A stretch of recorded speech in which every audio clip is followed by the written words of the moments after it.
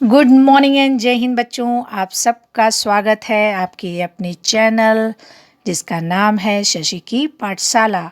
ये सपनों की दुनिया, रंग बिरंगी दुनिया में आप सबका स्वागत है। और आज हम लोग सुनेंगे एक बहुत ही बढ़िया कहानी जिसको लिखा है मुंशी प्रेमचंद जी ने। मुंशी प्रेमचंद को कलम का सिपाही तथा कथा सम्राट के नाम से जाना जाता है। उनका वास्तविक नाम धनपत राय था। उनका जन्म 31 जुलाई 1880 को वाराणसी के समीप लमही नामक ग्राम में हुआ था। प्रेमचंद की कहानियों की एक लंबी सूची है जिसमें बूढ़ी काकी, कफन इत्यादि हैं, जिनकी संख्या 300 से भी ऊपर है। उनकी कहानियाँ मानसरोवर नामक ग्रंथ में संकलित हैं। उनके द्वारा रचित प्रमुख उपन्यास गोदान, कर्मभूमि, गबन, सेवा सदन आदि है।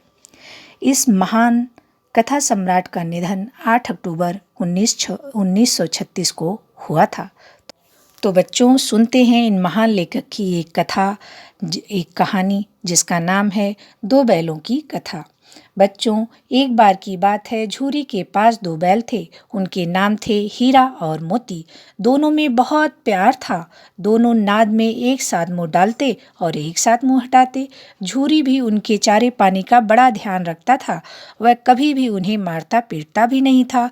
इस कारण दोनों बैल भी झूरी को बहुत प्यार करते थे।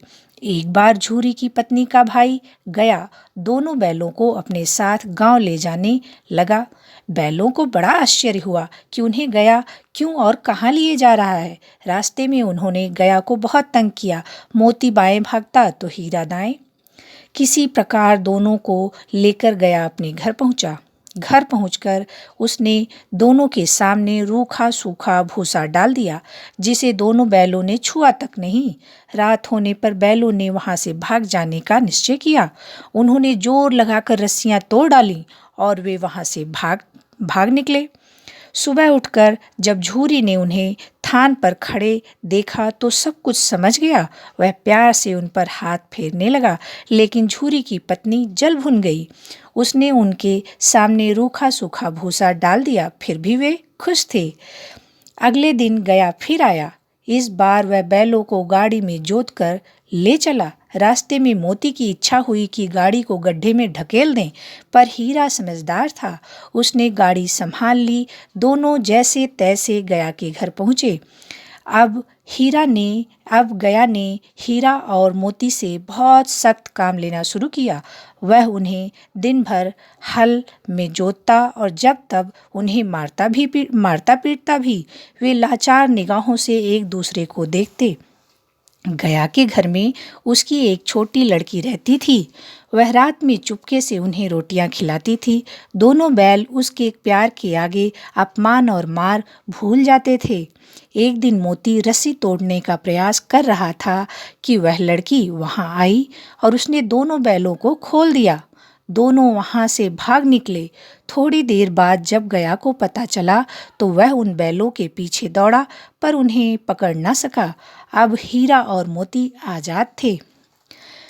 रास्ते में हीरा और मोती को एक सांड मिला। वह उनकी ओर लपका तो हीरा मोती के होश उड़ गए। भागना बेकार था, इसलिए दोनों ने साहस से काम लिया। सांड ने जब हीरा पर वार किया तब मोती ने उस पर पीछे से सींगों से चोट लगाई। सांड घबरा गया। वह किसी एक को तो मारकर कचूमर निकाल सकता था, पर यहाँ तो दो बैल थे। सांड वहां से भागा। मोती कुछ दूर उसके पीछे दौड़ा, पर हीरा ने उसे दूर न जाने दिया। फिर क्या हुआ? हीरा और मोती अब बड़े प्रसन्न थे। आगे चले तो मटर का खेत दिखाई दिया। भूख तो लग ही रही थी। हरी हरी मटर देखकर उनकी भूख और भी तेज हो गई। वे खेत में घुस गए मटर खाने। अभी पेट भरा भी नहीं था कि खेत के रखवाले ने उन्हें चारों ओर से घेर कर पकड़ लिया और कांजी हौस में बंद करवा दिया। हीरा और मोती ने देखा कि कांजी हौस में और भी कई जानवर थे। यहाँ कहाँ आ फंसे, उन्होंने सोचा। रात हुई। मोती ने हीरा से कहा, अगर दीवार तोड़ दी जाए तो बाहर निकलना आसान हो जाएगा। फिर उसने सींगों से दीवार गिराने का प्रयत्न किया। थोड़ी सी दीवार गिर गई।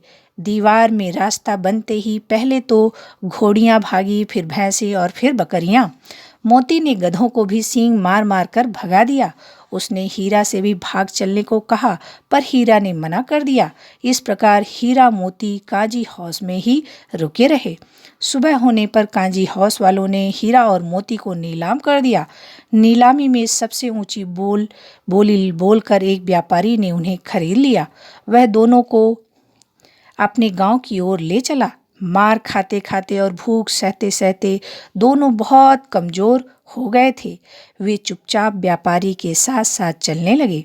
अचानक उन्हें रास्ता जाना पहचाना लगा तो न जाने कहां से दम आ गया। वे दोनों तेजी से भागे, आगे आगे बैल और पीछे पीछे व्यापारी। जब तक वह उन्हें पकड़े तब तक दोनों बैल अपने घर पहुंच चुके थे।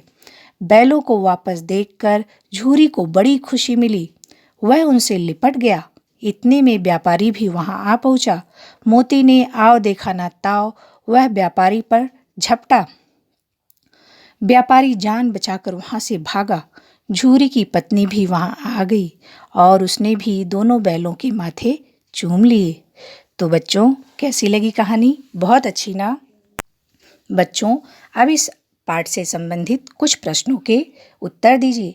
झूरी की पत्नी के भाई का नाम क्या था?